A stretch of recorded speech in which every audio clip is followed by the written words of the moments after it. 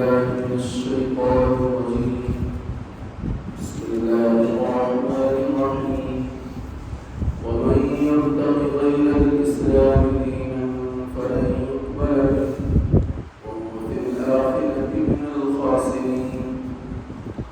كيف يهدي الله قوما كفروا بعد إيمانهم وشهدوا أن الرسول حق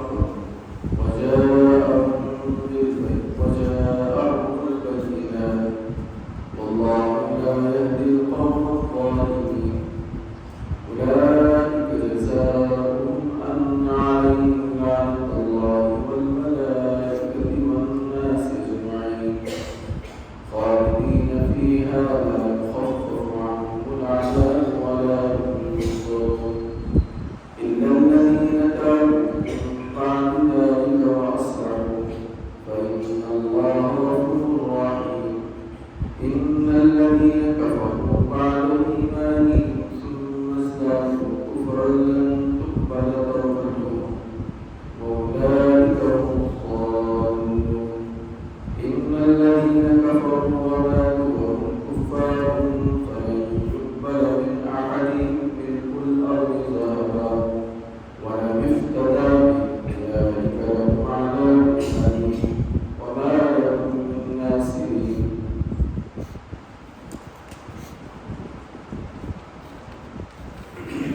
قرآن کریم کی آیات میں پہلی آیت میں بات بتائی گئی کہ اسلام کے علاوہ کوئی بھی مذہب کوئی بھی دین ایسا نہیں ہے کہ جس دین کے ذریعے سے انسان جو ہے اللہ کو مقبول بنے. ومن یبتغ غیر الاسلام اسلام کے علاوہ اور کسی مذہب کو دین بناتا ہے فلن یقبل منہ تو ہرگز قبول نہیں ہوگا. آج کل ہمارے اس ملک کے اندر مختلف مذاہب کا سمیلن ہوتا رہتا ہے.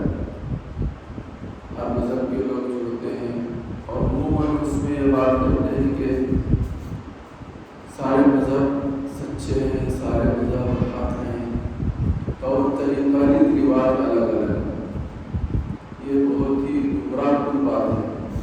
اگر وہ بے ایمان بولتے ہیں تو بولتے ہیں, ان کے بار بار میں بولنے اور ہمارے بار بار میں سننے پر مسلمان بھی یہ بولے یہ اچھی چیز نہیں, یہ اچھی چیز نہیں, یہ خطرے کی چیز ہے. مذہب اسلام اللہ کے نزدیک مقبول دین وہ صرف اسلام ہے. اس کے علاوہ کوئی بھی دین کوئی بھی مذہب ایسا نہیں ہے کہ جو اللہ کے یہاں مقبول ہو. اور یہ کہنا کہ سب کا ہدف اور سب کی منزل ایک ہے, سب کی منزل ایک ہے. چاہے وہ ہندو مذہب کے ماننے والے وہ بھی چاہتے ہیں کہ پرمیشور خوش ہو جائے, عیسائی بھی چاہتے ہیں کہ وہ چاہتے ہیں کہ گاڈ خوش ہو جائے, مسلمان چاہتے ہیں کہ اللہ خوش ہو جائے. سب کا مطلب ایک ہی ہے. یہ کہنا بھی غلط ہے, صحیح نہیں.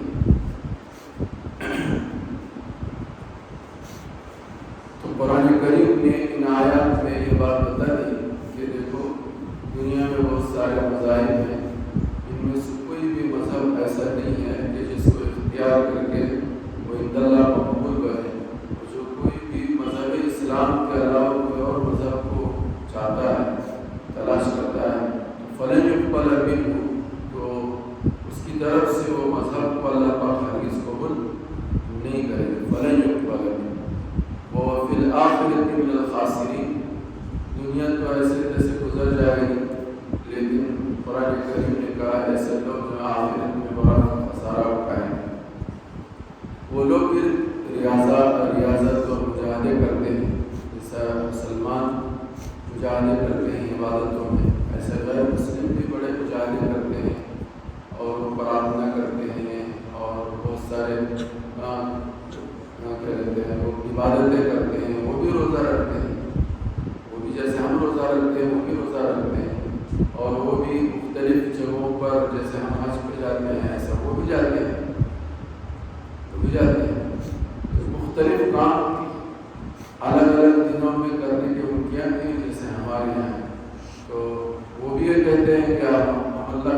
کرنا چاہتے ہیں، ہم بھی اللہ کو خوش کرنا چاہتے ہیں، تو اللہ کو خوش کرنے کا راستہ صرف ایک ہی ہے۔ اللہ نے خود ہی بتا دیا ہے کہ جس راستے پر چل کر تم لوگ مجھے میری خوشنودی حاصل کر سکتے ہو، وہ یہ بھی نہیں اور وہ بھی نہیں ہے، وہ صرف مذہب اسلام۔ مذہب اسلام کو اختیار کر کے ہی تم میری خوشنودی کا حاصل کر سکتے ہو، اور اسی راستے پر چل کر تم اپنے اعمال کو مقبول اور اپنے آپ کو مقبول اور اللہ کو محبوب بنا سکتے ہو، صرف یہ بھی ہے۔ اس کے علاوہ جتنے راستے ہیں، چاہے وہ کچھ بھی کہتے ہوں، چاہے وہ کچھ بھی سوچتے ہوں، وہ فی الحال خاصی آخرت میں بہت خسارہ اٹھانے والے ہیں۔ تو اہم بات جو ہمارے اور آپ کے لیے اس حالت میں کہ دیکھا دیکھی ہم لوگ بھی ہرگز نہ کہیں کہ سب مذہب اچھے ہیں، سب مذہب سچے ہیں، اور سب کا مقصد یہ کہ یہ جملے مسلمانوں کی زبان سے اچھے نہیں ہیں، یہ ان کی طرف سے ایک سازش ہے، غیر مسلموں کی طرف سے ایک سازش ہے کہ جس کے ذریعے سے وہ ہمارے ایمان کو شکوک و شبہات میں اور ہمارے ایمان میں خرابی لانے کا ایک منصوبہ بند کا ایک پلان ہے، اس کے تحت وہ باتیں مختلف سمبیلوں میں چلاتے ہیں۔ اس سے مسلمانوں کو ہوشیار رہنے کی ضرورت ہے۔ قرآن کریم کی آخری آیت کے اندر فرمایا اللہ پاک نے کیف یہدی اللہ قوما کفروا، اللہ کیسے ہدایت دیں گے ایسے قوم کو جنہوں نے ایمان کے بعد کفر اختیار کیا اور انہوں نے گواہی بھی دی کہ رسول حق ہیں اور ان کے پاس پورے دلائل بھی آ گئے، ایسے قوم کو اللہ پاک ہدایت دے گا۔ علماء نے بات لکھی ہے کہ جب گمراہی کے مختلف اسباب پیدا ہو جاتے ہیں کسی آدمی کے اندر، اس کی فطرت میں جمع ہو جاتے ہیں، اس کی طبیعت میں جمع ہو جاتے ہیں، تو پھر اللہ پاک اس کے دل پر مہر لگا دیتے ہیں۔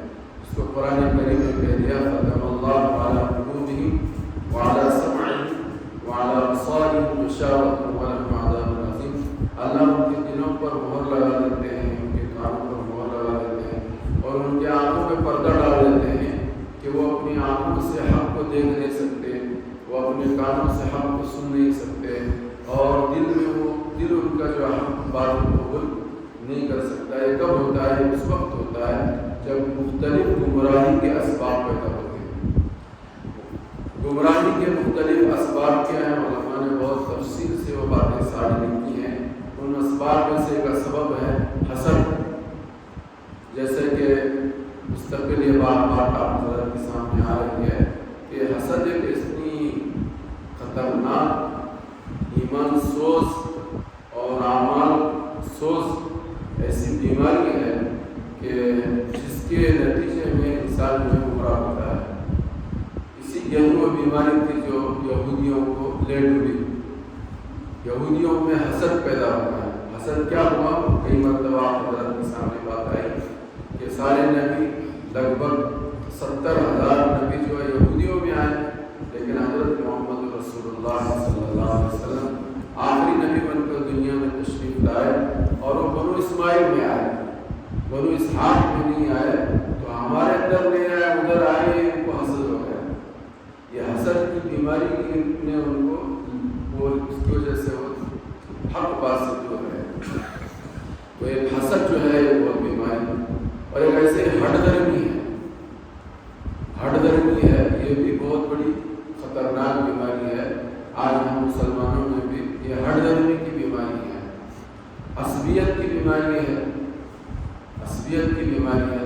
ریت اور رواج کی جڑیں جب مضبوط ہوتی ہیں تو یہ بھی بہت گمراہی کے اسباب میں سے ایک سبب ہے۔ بہت بڑا طبقہ مسلمانوں کا طبقہ اور ریت اور رواج کی وجہ سے وہ گمراہی کے راستے پر ہے۔ سب جانتے ہیں کہ یہ کام صحیح نہیں ہے، اسلام میں نہیں ہے، لیکن باپ دادا ہمارے کرتے ہوئے آئے ہم کریں۔ تو یہ ریت و رواج کی جڑیں جب مضبوط ہوتی ہے تو بھی جو ہے انسان کو ہدایت سے محرومی ہوتی ہے، وہ ہدایت کو نہیں کرتا۔ ایسے جہالت بھی یہ گمراہی کے اسباب میں سے سبب ہے۔ اس سے پہلے بھی آپ حضرات کی خدمت میں بات آئی ہے، جہالت کی بھی کئی قسمیں ہیں۔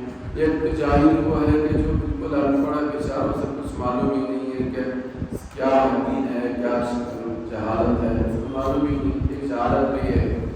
دوسری جہالت یہ ہے کہ علم تو ہے لیکن غلط علم ہے، غلط علم کو صحیح علم سمجھ رہا ہے کچھ بات معلوم ہے اس کو لیکن ادھوری ناقص علم ہے تو اسی کو وہ کامل علم سمجھتا ہے۔ یہ چیز بھی آج مسلمانوں کے اندر بہت عام ہوتی چلی جا رہی ہے۔ کوئی ایک بات کسی کے کان میں پڑتی ہے وہ پتھر کی لکیر بن جاتی ہے، وہ دائیں بائیں بالکل دیکھنا نہیں چاہتا، وہ ایک بات اس کے کان پہ آ گئی، علم میں آ گئی، بس وہ حرف عاقل ہے، بھائی حرف عاقل نہیں ہے، اس کے دائیں بائیں بھی دیکھنا چاہیے۔ اس کے علاوہ بھی اس سلسلے کے اندر حضور نے کیا فرمایا، قرآن میں کیا فرمایا ہے، بہت ساری چیزیں حالات کے بدلنے پر بھی احکام بدلا کرتے ہیں۔ حضور علیہ السلام کی زندگی میں بھی بہت ساری چیزیں ہیں، شروع زمانے کے اندر کچھ الگ احکام تھے، بعد میں وہ احکام میں تبدیلیاں ہوئی، ناسخ اور منسوخ ایک مستقل مسئلہ ہے، بہت سارے چیزیں شروع اسلام میں تھی لیکن بعد میں بدل گئی۔ شروع اسلام میں نماز میں کلام کرنا جائز تھا لیکن بعد میں نماز میں کلام کرنا بند ہو گیا۔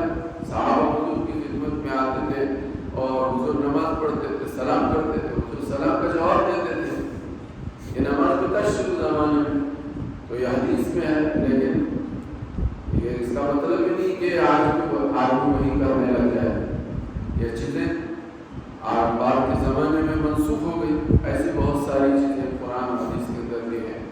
تو یہ جہالت کے قسم میں بتا رہا تھا، ایک تو ہے ان پڑھ ہونا اور یہ کہ ناقص علم کا ہونا، کسی ایک چیز کا علم ہو اور اس کے دائیں بائیں کی جانکاری نہ ہو تو یہ بھی انسان کی گمراہی کا ذریعہ اور سبب بنتا ہے۔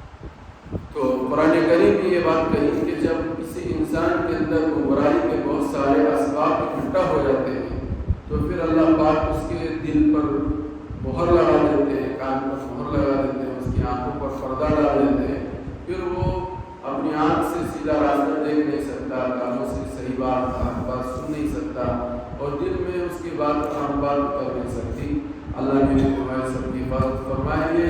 یہ حالت کی یہودیوں کی اور نصارہ کی، جیسے کہ آپ حضرات کئی دوسرے سن رہے ہیں کہ نجران وقت نجران جو حضور کی خدمت میں آیا تھا، سرکار نے تفصیلی طور پر دلائل کی روشنی میں بھی اور مباحثے کے ذریعے سے بھی اور ان کے اوپر ایسے حالات بھی آئے جیسے کہ آپ حضرات کے سامنے بات آئی کہ کہتے ہیں ابو حارثہ بن علقمہ کو اپنی سواری پر سوار ہوا تو اس کو اس کے بدکا اس کی سواری اس پر اس کے بھائی نے قرظ بن علقمہ نے سرکار دو عالم صلی اللہ علیہ وسلم کی طرف منسوب کر کے جملہ کہا تو اس پر قرظ سے ابو حارثہ بن علقمہ نے کہا کہ نہیں ایسا مت کہو، وہ حق پر ہے۔ تو قرظ بن علقمہ نے یہ کہا تھا کہ جب حق پر ہے تو آپ قبول کیوں نہیں کرتے؟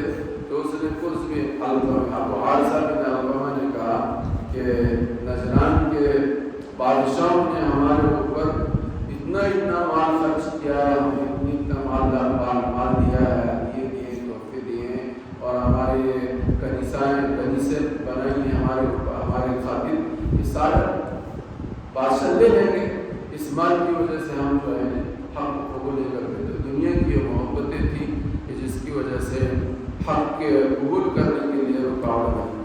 تو قرآن کریم نے کہا ہے کہ یہدی اللہ قوم کفروا، اللہ کیسے ہدایت دیں گے ایسے قوم کو کفروا بعد ایمانہم کہ وہ اپنے ایمان کے بعد انہوں نے انکار کیا، وشہدوا ان الرسول حق، اور وہ گواہی دیتے تھے اس بات کی کہ رسول حق ہے، حضرت محمد رسول اللہ صلی اللہ علیہ وسلم کے بارے میں، وجاءہم البینات، اور واضح دلائل ان کے پاس آئی، واللہ لا یہدی القوم الظالمین، اللہ پاک جو ہے قوم ظالم کو ہدایت نہیں دیا کرتے۔ اولئک جزاؤہم، یہی وہ لوگ ہیں کہ ان کا بدلہ کیا ہے، ان علیہم لعنت اللہ، کہ ان کے اوپر اللہ کی لعنت ہے، والملائکۃ، اور ملائکہ فرشتوں کی ان کے اوپر لعنت ہے، والناس اجمعین، اور سارے انسانوں کی ان کے اوپر لعنت ہے، خالدین فیہا، اور ہمیشہ ہمیشہ وہ اس لعنت میں رہیں گے۔ جیسے یہودی ہیں وہ روز اول سے جب سے انہوں نے نبیوں کے خلاف انہوں نے پروپگنڈا کرنا شروع کر دیا، بغاوت کرنی شروع کر دی، ناحق نبیوں کو قتل کرنا شروع کر دیا، ان کے مطالبات پورے ہوئے، بھی انہوں نے بات کو قبول نہیں کیا تو وباء بغضب من اللہ، تو اللہ کے غضب کے ساتھ لوٹے، تو جب لوٹے ہیں تو یہ ہمیشہ ہمیشہ کے لیے اسی غضب کے اندر رہیں گے، اور انشاءاللہ ہم قریب وہ اپنے برے نتیجے پر پہنچیں گے۔ اولئک جزاؤہم، اور آج ساری دنیا چاہے کسی بھی مذہب اور کسی بھی مسلک کا ماننے والا کیوں نہ ہو، آج ساری دنیا وہ سب لعنت بھیج رہی ہے، اور تمام حضرات جانتے ہیں اس وقت کہ کیا کہتے ہیں جانور اور درندے سے بھی زیادہ بدتر اگر کوئی قوم ہے کہ جن کے اندر انسانیت نام کی کوئی چیز نہیں ہے، حیوانیت اور درندگی ان کے اندر ٹوٹ کر بھری ہوئی ہے، دنیا میں اگر ایسی قوم ہے تو وہ یہی لوگ ہیں۔ خالدین فیہا، وہ اسی لعنت میں ہمیشہ ہمیشہ رہیں گے۔ لا یخفف عنہم العذاب، اور جب عذاب میں گرفتار ہوں گے تو کبھی ان کے عذاب میں تخفیف نہیں ہوگی، ایک زمانہ گزرنے کے بعد ان کے اندر عذاب میں تخفیف ہو جائے، ایسے نہیں ہوگی۔ حالات تو دنیا میں 19-20 ہوتے رہتے ہیں، لیکن جب ایک مرتبہ یہ عذاب میں گرفتار ہو جائیں گے، اللہ کی پکڑ میں ایک مرتبہ آ جائیں گے، تو پھر ان کے عذاب میں کبھی تخفیف نہیں ہوگی۔ وَلَا هُمْ يُنظَرُونَ، اور نہ ان کو مہلت دی جائے گی، مگر وہ لوگ جنہوں نے توبہ کی اس کے بعد اور انہوں نے اپنے ایمان اور اعمال کی اصلاح فرمائی، فَإِنَّ اللَّهَ غَفُورٌ رَحِيمٌ، تو بے شک اللہ غفور ہے اور رحیم ہے۔ إِنَّ الَّذِينَ كَفَرُوا بَعْدَ إِيمَانِهِمْ، بے شک وہ لوگ جنہوں نے اپنے ایمان کے بعد کفر کو اختیار کیا اور کفر میں بڑھتے ہی گئے، ثُمَّ ازْدَادُوا كُفْرًا لَن تُقْبَلَ تَوْبَتُهُمْ، تو اللہ ان کی توبہ کو قبول نہیں کریں گے، یعنی ہر حالت غرغرہ تک پہنچ گئے، اور حالت غرغرہ میں جب مبتلا ہو گئے، یعنی جاگنے کا عالم پہنچ گیا، سکرات میں مبتلا ہو گئے اور اپنی آنکھوں کے سامنے آخرت کے مشاہدے کرنے لگ گئے، اور پھر انہوں نے توبہ اور استغفار کرنا شروع کر دیا، ایمانی عمل بولنا شروع کر دیا، لن تقبل توبتہم، تو اس وقت ان کی توبہ ہرگز بھی قبول نہیں ہوگی۔ اولئک هم الضالون، یہی وہ لوگ ہیں جو گمراہ ہیں۔ ان الذین کفروا وماتوا وهم کفار، بے شک جنہوں نے کفر اختیار کیا اور کفر ہی پر مرے، وماتوا وهم کفار فلن يقبل من اعمالهم، تو ہرگز بھی ان میں سے کسی ایک سے بھی ملء الارض ذهبا، زمین بھر کر سونا بطور فدیہ کے بھی دے کر وہ اپنے آپ کو خدا کے عذاب سے بچانے کے لیے پیش کرے، تو اس کا وہ سونا، زمین بھر کا سونا بھی قبول نہیں کیا جائے گا۔ کل قیامت کے دن ایمان اور اعمال پر ہی لین دین ہوگا، سونے اور چاندی پر اور سلطنتوں حکومتوں پر اور زمین و جائیداد پر رفع دفع نہیں ہوگا۔ ایمان اور اعمال ہی ہے وہ چیز ہے کہ جس کے نتیجے میں اچھے اور برے فیصلے ہوں گے، اس کے علاوہ کوئی تیسری چیز نہیں ہوگی۔ ملک الارض ذهب والاقتدار، اولئک لهم عذاب علیم، اور ان کے لیے دردناک عذاب ہے، وما لهم من ناصرین، اور ان کے لیے کوئی معین مددگار نہیں ہوا کل قیامت کے دن۔ آج کی دنیا میں بڑے ان کے حامی ہیں، بڑے بڑی ان کی پشت پناہی کرنے والے دنیا میں بتیرے زمانے میں حکومتیں و سلطنتیں ہیں، لیکن ایک دن وہ آنے والا ہے کہ ان کی پیٹیں خالی رہ جائیں گی، ان کا کوئی معین مددگار نہیں ہوگا، اور اللہ ان کو گرفتار کریں گے۔ اللہ پاک سے دعا ہے کہ اللہ پاک حق کے علم برداروں کو ثابت قدمی عطا فرمائے اور استقامت کے ساتھ چلنے کی توفیق نصیب فرمائے، اور باطل کو نیست نابود فرمائے، تباہ و برباد فرمائے، زمین ان کو دھسا دے، ہمیشہ ہمیشہ کے لیے ان کو تباہ و برباد کر دے۔